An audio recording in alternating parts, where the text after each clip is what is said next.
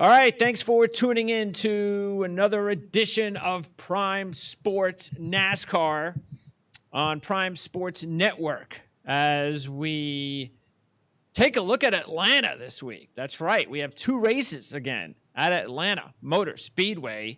One race, of course, this week. This isn't last year. We'll take a look back at what happened last week and everything else going on in the world of NASCAR and especially the Cup Series. Gentlemen, how are you doing? CJ, how's everything going?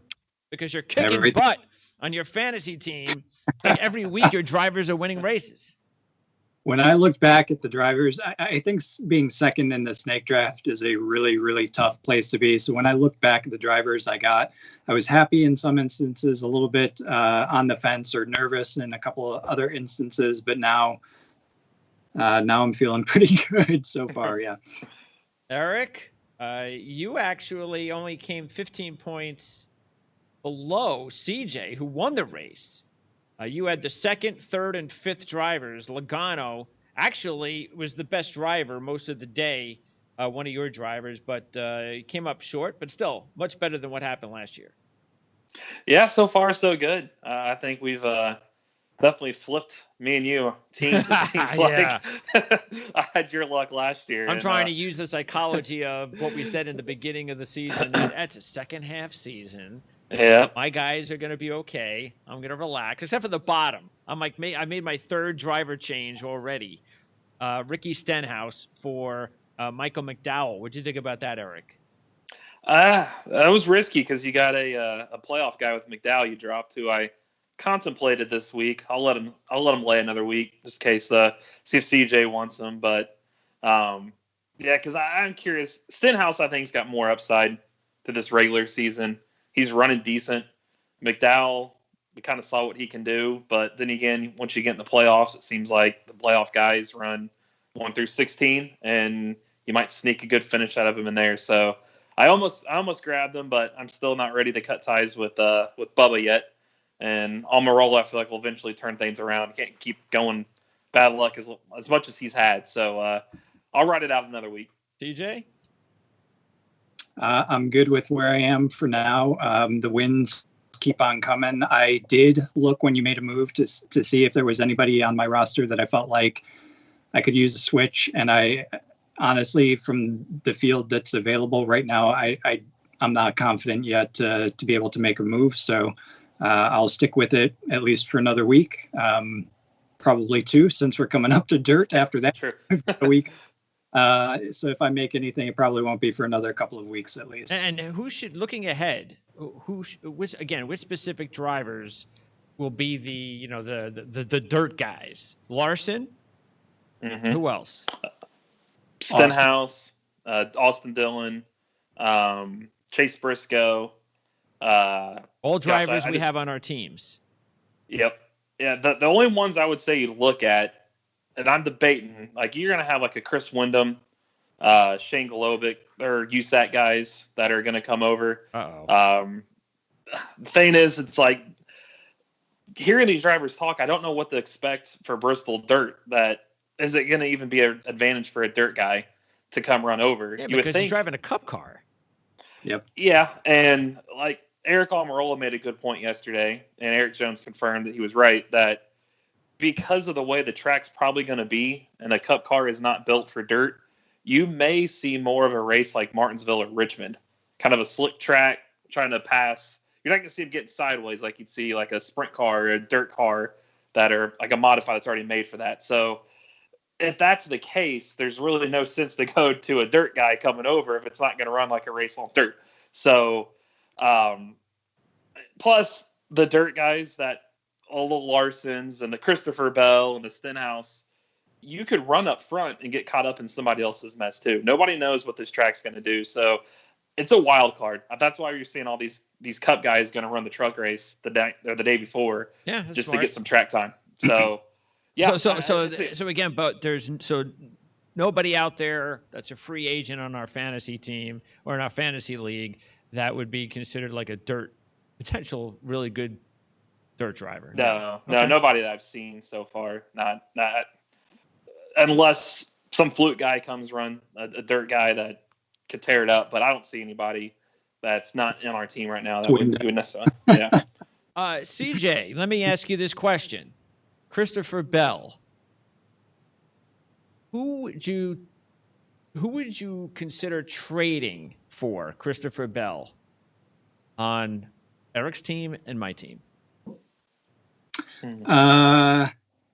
Christopher Bell is actually one of the ones that I was on the fence on after the draft, but so far with the pace that he's run, I think he's a legitimate guy to make it pretty deep into the playoffs. So I would be looking at probably, top 8, top 12 might be a stretch depending on who's in there in terms of points. So you'd have to give up somebody pretty big for him at this point, just because he's already in the playoffs. He's got the win, but each and every week, whether he's finished there or not, he's had the speed in the top 5, and I don't see that going anywhere. He's been beating Kyle Busch pretty handily each and every week, to be honest. So, would you, Eric, offer anything for Christopher Bell?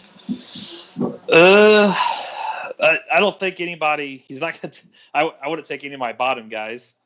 That for I can't make a package for that for CJ, and I don't know if anybody up top would be worth a guy that would be intriguing for CJ to take, nor who would are your be a top risk. guys again? Gosh, who are my top guys? I don't have it in front of me. You have Hamlin, Elliott, Logano. Those are your top 3. Yeah, I trust all 3 of those. Yeah, those are a good top 4. 3. Yeah. How about Byron? Byron, I would, but as I don't know if CJ would. Well, they're right there. They're neck and neck, so it's really just preference. It is. You're kind of getting the same guy. Yeah. And that's why it's interesting, because some people might be like, you know what? Yeah, I don't think Christopher Bell. Yeah, I really think William Byron. So you never know. I mean, it could be the opposite, but they're literally about the same driver right now. B's trying to win. Like the last 2 weeks, Bell was 7th, Byron 8th. Last week, Byron 8th, Bell 9th. So you're kind of getting an even guy. I would say you'd have to look at it now as what could either of them do in the playoffs, because we know they're both in it, right? It would be which one can go the farthest, which is going to help your team. And I think right now it's a wash. It would be hard. Distance. Yeah, I don't see differentiation between the two. To be honest, I think they both advance pretty far. I mean, Byron's proven that he can do it in years past, and Bell just, until he enters a slump later this year, which he will. Yeah. Until that point, I don't see any differentiation with him between him and the top 5. All right, then since I'm struggling, the 2 drivers who are struggling right now are Kyle Busch and Ryan Blaney. Would you contemplate a trade for either of them? Ooh, it would be intriguing. It'd be more intriguing than a Byron Bell swap, to be honest with you, because then you're talking about your theory of second half performance.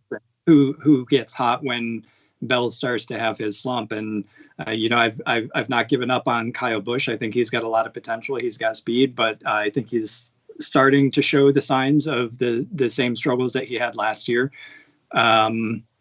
I don't know. I'd have to think about it. But like I said, probably, if I was going to, I would probably, it would be, all right, CJ, why don't you, let's potentially come back at a Kyle Busch Bell trade. That's how I would, let's leave it at that. Let's revisit that again, next week and the week after, and see if we're still kind of thinking about whether or not that's something that we would want to do. Yeah, Blaney is starting to show some signs again. So. Yeah, I wouldn't give up on Blaney if he was on my squad at this point. I think Kyle Busch is the logical trade just because of he's down. Yeah. He has upside. Okay, so let's get right to it. Atlanta, QuikTrip 500. And we have 3 drivers who are the favorites, Truex, Larson, and Keselowski. Truex, Larson, the last 2 winners. Right now, nobody has Truex.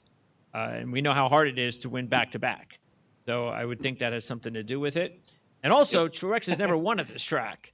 So, you've never won here. You're one of the favorites, and you won last week. So I could see why we all avoided Truex. Actually, the only one to go at Larson was CJ. CJ, you went with Larson. He was runner-up here in 2017, and he led 142 laps the last time he raced here in 2019. That's why I took him. I mean, I did. Who cares if he finished second at some point and didn't lead laps or led just a handful? I mean, he led 142 laps the last time he raced, and he's got a faster car. Look at what he did last week. 2 pit violations plus an inspection violation. He drove through the field each and every time. He won the week prior. Had he not had those issues last week, he probably would have won again. At least he would have been fighting for the lead up there with his teammate with Truex up there. So it was a logical choice for me. He's got pace, and quite honestly, right now he's showing to me that he might be the only exception on the board of somebody that could go back to back with wins at this point. Next up is Keselowski at 6-1, the only driver that we all agreed on, Eric, was Brad Keselowski. Why not? He's got 3 top 5s in his last 4 races on the season. He has finished 9th or better in 6 straight races at Atlanta, including 2 wins and a runner-up. He's actually had wins every other year for the past 2 years, which, if that continues, that means he's ready for a win in one of the races this year. But he's only led 99 combined laps in those last 6 races, which is quintessential Brad Keselowski. I'm going to steal the race, and that's what he likes to do. He kind of looks like he's on the cusp. Yeah, I think he's there. Like you just said, I don't think he's going to come out and dominate. I think it's going to be one of those, he's going to hang around.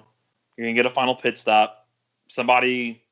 Larson might speed. Somebody might do something to hand the race to him. And his speed. We didn't even talk about that. Oh, my goodness gracious. And if you remember, right, the reason he didn't win that race in Atlanta was he was speeding on pit road a couple times that race. So is he the new Denny Hamlin? He might be. I think he needs to set his tack a little bit better on the pace laps. But no, Keselowski's going to be there. Like you said, the trends are on the side to win. Every odd year he wins there. So 3 top 2s his last 4 in Atlanta, 3 top 5s his last 4 on the season. The only thing that concerns me about him is it seems like Penske's long run pace isn't quite there still. We saw what happened to Logano and Keselowski and Blaney, by all accounts, as the race went on in Phoenix. You look at what they did at Homestead, the long run speed, and as far as I think you're going to see a race kind of like Homestead, all the drivers are saying, because it's an abrasive track. Homestead is abrasive on tires too. Penske guys didn't finish real well, but I picked this race more off of what he's done in the past at Atlanta and how hot he is entering, and I think he can. The 6-1 scared me a little bit, 6-1 or 7-1, whichever he ended up, but I still felt like with trends, 3 top 2s his last 4, and he's a veteran, he can make up for it, that he should be there towards the end. We're actually getting, and this is not a surprise because of the way the season has started, CJ, but we're getting good odds. So the favorites, even though there's 4 or 5 of them every week, they're not lower than 6 or 5-1. So that really does benefit us. And that's what we're seeing here as well. Chase Elliott, he's 7-1. So he's really kind of like a favorite. You and I are the only 2 who took Chase Elliott this week. He's got 4 top 10s in 5 races at this track, including an 8th from the pole last year when he led 26 laps, which was his best race result at Atlanta. And he's coming off a 5th last week, so maybe that's some momentum that he can parlay over to this week. Yeah, I think the favorites having favorable odds at this point really drove my selections this week. We're now 2 weeks into what I would call the regular season. We're past the road course. We're past the Daytona 500. So we've seen 1.5 mile pace so far. We know Hendrick is extremely strong. We know Penske is quick on the short runs, but lacking that long run speed. Keselowski is not going to have his crew chief, so we'll see how that impacts his ability to stay on top of the long run speed. Somebody who's had pace that just hasn't had the luck so far has been Chase Elliott. And he's, like you said, he's had great statistics at Atlanta in just 5 outings so far. There's 4 top 10s out of those 5 and led 26 laps from pole here last year and had a very good race last week as well. So I think you're going to see a top 10 this week filled with Hendrick, Gibbs, and Penske again. The question is just who of that bunch is going to come out on top. So I tried to weight my how I put my points or my dollars across those favorites to be able to get as many of them into the selection as I possibly could. Yeah, actually, Elliott, if you take a look at it, in 7 career races at the track, Xfinity and Cup, 6 of them have resulted in the top 10, and 3 in the top 5. So he's very consistent at this track. It's just a matter of time before he gets a win. The home track too. Track too, yeah. Good point. Before we move on to Kevin Harvick at 7-1, Eric, is there a driver who you would have liked better if not for his pole position this week? Probably, I probably would have gone a little more Larson if he was a little bit lower, just because it's hard to win multiple races like this. I know he's won a couple weeks ago and didn't win last week, but I think the money wise to spread it out, if he was more 8-9 to 1 ish range, I probably from the starting position. Where is he? 7th, 8th. Okay, he's towards the front. If there was a driver that is there a contending driver that's starting, I don't know, outside the top 15 or outside the top 20? Not Bell. really. Who? Bell would be the only one. Bell? Yeah. Maybe Bell starting outside top 15, top 20. Oh, I'm sorry. I'm looking at last year's results here. Hang on. Yeah, he should be in top 10, right? The way he's racing. I thought he was, and he said, like, well, yeah, he would be one, but Bubba Wallace is 15th. He's probably who I'd put on that list then. That's Kyle it. Busch. Kyle Busch? Kyle, yeah, but I'm not so. I think they're still trying to learn each other, him and Ben Beshore. I think they haven't been able to put a full race together yet, as far as they're unloading strong, and then they're tinkering with it to make it better. And being in the starting spot, I just don't feel, especially in dirty air, that his car is going to feel great at the beginning. I feel like this could be I would say if him and his crew chief was Adam Stevens, and this was last year before all this stuff was happening, they had practice, yeah, absolutely hammer Kyle Busch. But right now, I'm looking at the lineup now, yeah, being 19th, I don't know if I would trust it. And what about the history of pole position at this track? Unfortunately, it used to be a lot easier to get it on the MRN website. They have just stopped providing that. I looked at J-Ski. They give you the history, but I'm not seeing the recent. Like 3 of the last 4 have been in the top 10. I do know that, but the poll, I felt actually some of the guys at this juncture gave me some good info, like Almirola and Newman this week on the media calls about starting position and how it's, if you have a bad race before and you're not real high up in the standings, you're starting towards mid-pack on back. And starting position now means more than ever because you're not practicing and you don't know what your car is going to be like till you get there. So, as Almirola said, at this point, we have to take care of the cards that are dealt us when the race starts. A lot of it is how your car feels. You don't know it until you get there. And as he said, if you've got a fast race car, but you're mid-pack, it's going to be hard to come through. And could you go off strategy? Well, not anymore, because they said all the engineering, everybody's so smart these days. If you go off strategy, it's monkey see, monkey do. People are going to join you. So how do you make up those spots? Well, you've got to have a really fast race car. But if your fast race car is mid-pack and everybody else has really fast race cars, how can you move forward? So, I mean, is this a racetrack where, as history tells us, even recent history, that you can move forward? Can you strategize with 2-tire pit stops? You know, what are some of the key things to keep an eye on this week? No. If you hit pit road, it's 4 tires every time. Just because it's like Homestead. It's an easy decision. A caution comes out, you're pitting. And that's why they're saying the strategy for this race. Can you pass here? Yes. This is one of the racier tracks because it's a worn-out racetrack. There's a bunch of tire fall off. Lap times are going to be 3, 4, 5 seconds slower as the longer you go. So you think we can see more movement inside the top 20 this week? Yes, I would say so. Because the last couple of weeks haven't really been all that great. It's basically whoever starts in the top 10, except for Kyle Larson, whoever starts in the top 10 that's how it kind of finished last couple of weeks. Yeah, you're going to see some guys like a Reddick, who that's why I took him. He can run the high line here. You can move around and find clean air and a pass to go forward. this is going to be like that Darlington race, the Southern 500s we talked last year. In a sense, you're going to see guys ducking on pit road, and they're going to have fresh tires, and they're going to shoot through the field quickly. But then their tires are going to wear, and the guys they're all passing is going to have to pit. So it's one of those. It's going to be one of those races. It is. You're going to have comers or goers, and cautions are going to have a lot to late. That could have a lot to do with it, obviously. And you think we'll have more cautions because of the racetrack? I don't think so. We haven't had because all the downforce that these guys get. If there was less downforce and they're slipping and sliding, you got tire fall off. Yeah, you could probably see some mistakes. So even with the old racetrack, you don't think we're going to see? Okay. No, I think it's going to look a lot like Homestead in that sense. And as I was asking Newman and Almirola about that, can you stop short? Can you go long? Is there any kind of strategy you can do if you're mid-pack to make up spots? And like they were saying, not really, because if you pit early, say the first stint, this guy gained 5 spots because he pit early and his fresher tires did work.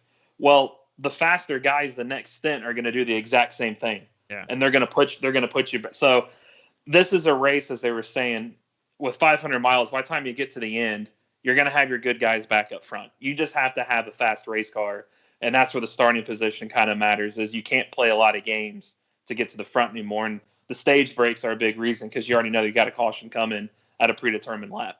All right, let's get on to Harvick then. And both of you guys jumped on Harvick. He's been 6th or better in 4 of his 5 races this year, CJ, which was important for him last week to get back to looking like the old Kevin Harvick. He's been the best rated driver at this track. 12 top 10s in his last 14, 7 of those top 5s, a couple of runner-ups, wins in 2 of his last 3, leading 1,278 laps combined during those last 14 races. He won last year, leading 151 laps, and he's led 1,212 laps in his last 9 races combined. But I don't know. There's still, to me, I kind of need to see Kevin back at the front. And this is the race where you would suspect we would see that. If we don't, then maybe there's some issues, as we talked last week about his teammates, and that's probably bringing him down and all of that.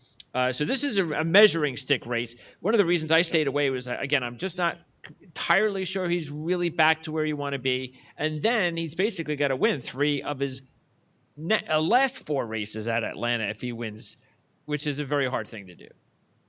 It's a very hard thing to do, but for all those reasons are why I took him. I think if I were looking at my picks and there was one that I wanted to swap out for somebody else, it would have been Harvick. But because it is a measuring stick race for him, because he's been so good here, plus the fact that he's got 6th, 5th, 6th, 4th, and then you got the anomaly of 20th at Las Vegas, I think he's got speed. He just hasn't come out and led laps, and that's concerning.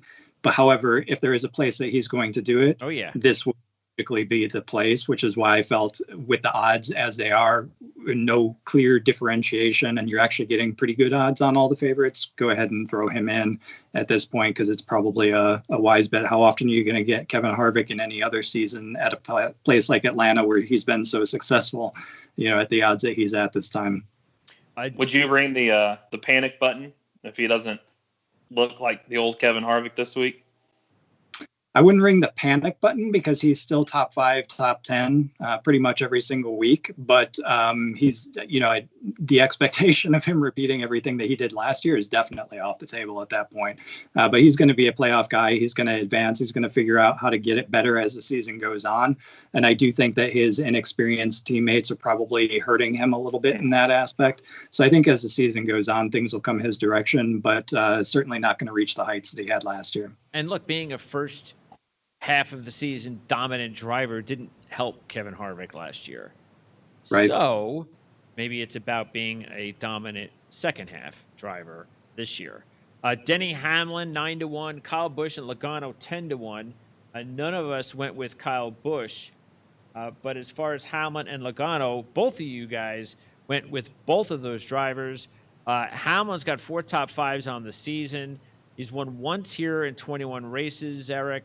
2 top 5s in his last 5, but just led 26 laps in those 5. 5th last year, didn't lead a lap. This is not a great track for Hamlin.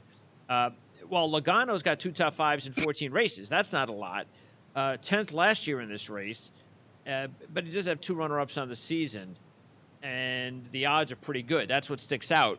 And this is what's, again, great about the way the season is as far as odds. It's not that you're going to have those 4 drivers, 5 drivers who are the favorites, but it's that next 2 or 3 drivers, whoever those drivers are, maybe 4 or 5 drivers, where the real bargains are. And it seems like those are the guys winning. I mean, you look at Truex was 11-1. You look at Larson was 10-1. Byron was back there. Christopher Bell and McDowell, we know where they were, but that's the group that seems to keep winning, and that's why I went with those guys this week. Is do you look at their past Atlanta stats or success and say, hey, these are the winners this week? Probably not. But the fact they're giving us those odds, it's like, hey, those are 2 of the better drivers on the season.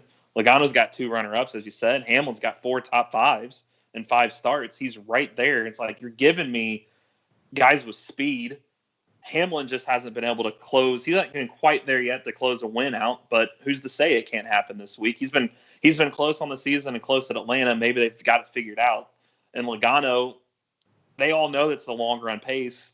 Do they switch it this week? Do they go to more of a setup that, hey, let's go on a long green flag run setup instead of more of an aggressive short run strategy that just in case we get a late race caution, we got a car. So do they finally change that up? But you get them for these odds. Like if they were 6-1, 7-1, 8-1, like we would have seen in years past, probably stay away from them. But the fact you get them in that little sweet spot, as we could call it, from last few weeks, yeah, why not? Because if you get a win, you can make some profit based off those guys. So just as they continue to keep doing that, I'll continue to keep taking those drivers. All right, before we wrap up, just keep in mind Blaney and Kurt Busch. That's that next wave at 16-1. Eric, you took Kurt Busch. Why not? 11 top 10s in his last 14 races, 6 top 5s, 2 wins, 8th or better in 5 straight. He's got 3 wins at the track. This has been a very good track for Kurt Busch. CJ and I went with Blaney. His best couple of races were the last 2 races here. 4th last year, led 41 laps in 2019. CJ, these are 2 really interesting drivers at 16-1. Yeah, especially Blaney for me, considering the time he spent out front last time. He's only got the 1 top 5 out of 5 starts, but 43 laps led. He's been fast this season, just needs a little bit of luck. I do still think Penske is still working on their long run package, as Eric pointed out. So to get Blaney, if they make the improvement that they need to and make the adjustments that they need to, he's going to be up there at the front. And why 16-1? Why not? As far as the long shots, Christopher Bell, you and I, Eric, went with Bell. Eric, the rest of your long shots, you went with Byron, Dillon, Reddick, Stenhouse, Newman, and Wallace. And I went with Bell, Almirola, Stenhouse, and Buescher. Stenhouse is the only one where we agreed upon as far as the long shots. And again, we both have Bell, and why not? I mean, Bell in 2 Xfinity Series races, 1st and 3rd, which is strong, leading a combined 154 laps. 18th ain't bad last year for his first attempt. And he's got 3 top 10s in his last 4 in the season at 20-1. But again, Stenhouse, I think he's a very live long shot. If you take a look, I know he hasn't won in a while, but that's been the theme, hasn't it? Is breaking long losing streaks. He's got a win here in the Xfinity Series. And in his last 3 races on the season, he's been 13th, 11th, and 12th. He's right there, and he likes a track like this. This is a track, it's hard to say with the downforce levels, what the rear end out there and just right against the wall. But that's his style, and that's what you can do here. You could go as light on downforce as you can. Granted, there's obviously limits, and that's what they'll do. The lighter on downforce, the faster you are. So he'll put it all out there. I think their 1.5 mile, JTG Doherty's speed has been coming along these last couple of years, and as you noted, 3 straight top 13s. He's right there on the cusp. He looked good in Homestead. Remember, he was the top 10 in the state, both stages. He was running around there. So I think he could do it in Atlanta. And hey, crazier things have happened. We can see a wreck on a restart that bunch up a bunch of cars or wad up a bunch of cars, and he escapes it and he's there. So I think the speed's close. He could be there, and for the odds that they're giving him, it's a no-brainer. Because if he gets a win, at least you got some money coming your way. If not, it didn't cost you much to get him. And wrap it up then, CJ. Out of all those long shots, both Eric and I took, or I know you didn't take any, which is usually your strategy. I'm not wasting my money on those guys. Are there any drivers that you would have considered that we took or didn't take? The Bell one, definitely.